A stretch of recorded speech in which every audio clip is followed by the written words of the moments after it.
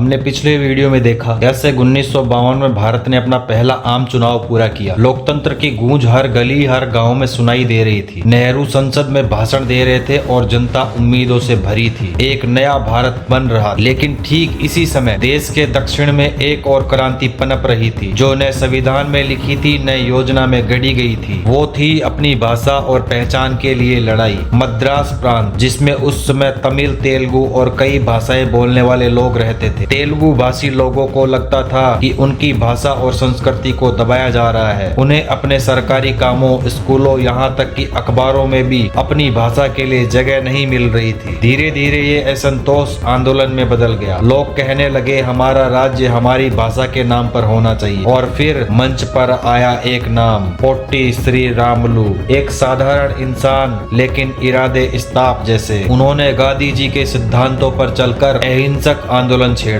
मांग थी तेलुगु भाषी लोगों के लिए अलग राज्य। साल था 1952। उन्होंने आमरण अनशन शुरू किया। दिन बीतते गए, भीड़ बढ़ती गई, सरकार पर दबाव बढ़ा, लेकिन श्री रामुलु पीछे नहीं हटे। 58वें दिन उनका शरीर जवाब दे गया और वो शहीद हो गए। उनकी मौत ने पूरे दक्षिण भारत को झंझोर दिया। सैकड़ों जगह प्रदर्शन शुरू हो गए, हिंसा हुई, सड़कों पर लाशें गिरी। सरकार को एहसास हुआ ये सिर्फ एक मांग नहीं, जनता की पहचान की पुकार है। नेहरू ने स्थिति संभालने के लिए आपात बैठक बुलाई और फिर देश के इतिहास में पहली बार लिया गया एक ऐसा फैसला जिसने भारत का नक्शा बदल दिया। 1 अक्टूबर 1953 भारत का पहला भाषाई राज्य अस्तित्व में आया, आंध्र प्रदेश। इस राज्य में लगभग तेलुगु भाषी क्षेत्र को मद्रास से अलग कर दिया गया। तिरुपति, विजयवाड़ा, गुंटूर, नेल्लोर, इन शहरों में जश्न का माहौल था। लोग कह रहे थे अब हम सिर्फ भारतवासी नहीं, हम तेलुगु भारतवासी हैं, अपनी पहचान के साथ। नेहरू ने इस घटना को एक चेतावनी की तरह देखा। उन्होंने कहा